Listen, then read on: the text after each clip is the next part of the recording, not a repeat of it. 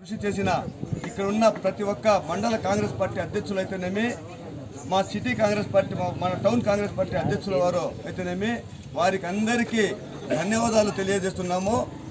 ప్రతి ఒక్కరూ కష్టపడ్డారు. ప్రతి ఒక్కరూ డాక్టర్ బి శివశంకర్ గారికి పలమనేరు అభ్యర్థిత్వము వస్తే మా పలమనేరు నియోజకవర్గంలో పలమనేరులో కాంగ్రెస్ పార్టీ బలోపేతం అవుతుంది, కాంగ్రెస్ పార్టీ పూర్వ వైభవం తీసుకొస్తుంది అని చెప్పేసి అందరూ ఇక్కడ ఉన్న ప్రతి ఒక్కరూ అందరూ ఆశించిన వాళ్ళే.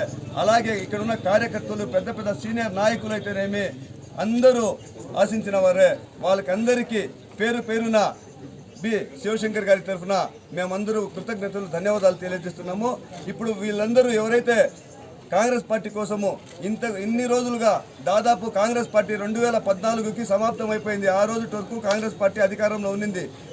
కాంగ్రెస్ పార్టీ అధికారం కోల్పోయి దాదాపు 10 సంవత్సరాలైంది. ఈ రోజు 10 సంవత్సరాల తర్వాత